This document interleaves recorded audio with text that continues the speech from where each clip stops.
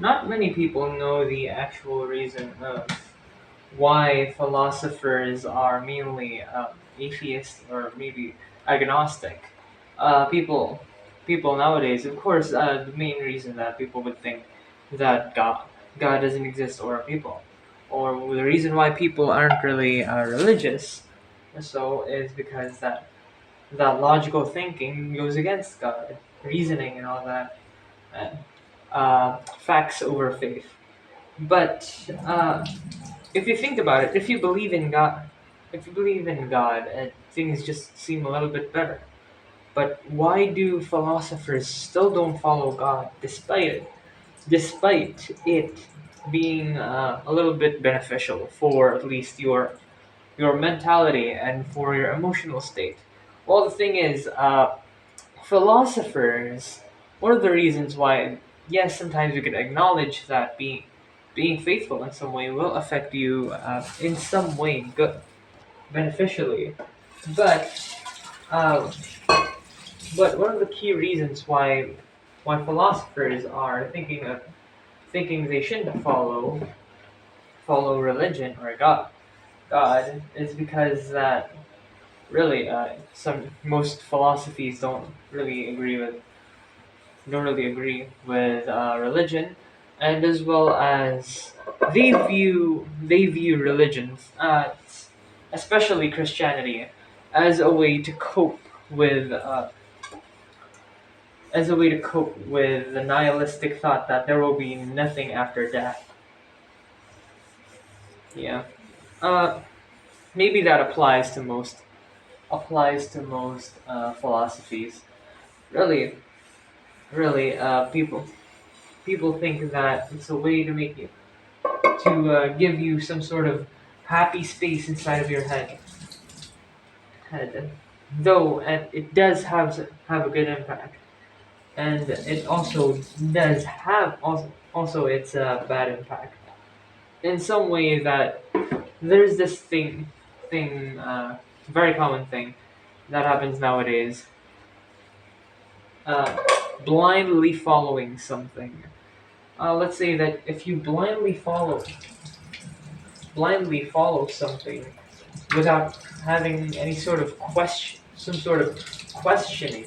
Let's say yes, there's a sense that questioning and faith doesn't really go along well, but at the same time, if you think about it, yeah, think about the concept of God. Even though that I do think that God is incomprehensible. We can never really have a good grasp on how his character works so much.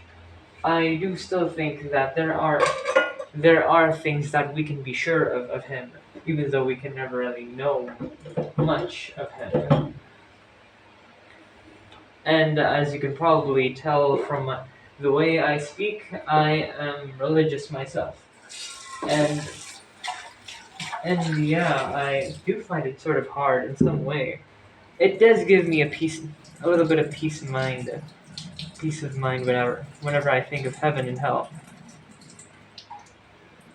But it also, in some way, I do think that it will help you out in terms of discipline and moral values, and also it does delve into logical thinking in terms of some of the other morals, while some of the commandments of God, some of the things that God forbade, I think are somewhat odd, or maybe it depends on how you perceive it. But at the end of the day, it's you with your philosophy. It's up to you if you want to believe. But I still think that it'd be beneficial to do so. Beneficial in some way that it helps you keep your state of mind. It doesn't hurt to believe. I believe in him, and yes, and even though I know about the fact that it is that if I was an atheist, I would have thought the same. And especially now that I can call myself a philosopher. And I think about it, hmm, really. Still, I think to myself, staying faithful is even more beneficial. I've already opened up too many doors. Ignorant bliss is better, even though I've already hurt myself with truth. I've detached myself from people and all that a bit, a little bit. Even though there is a saying, an unexamined life is not worth living. That's one point of view. That's one point of view. Because not everything that you would know, you would want to know. It would destroy you. Not all knowledge is worth it. So really, it's up to you.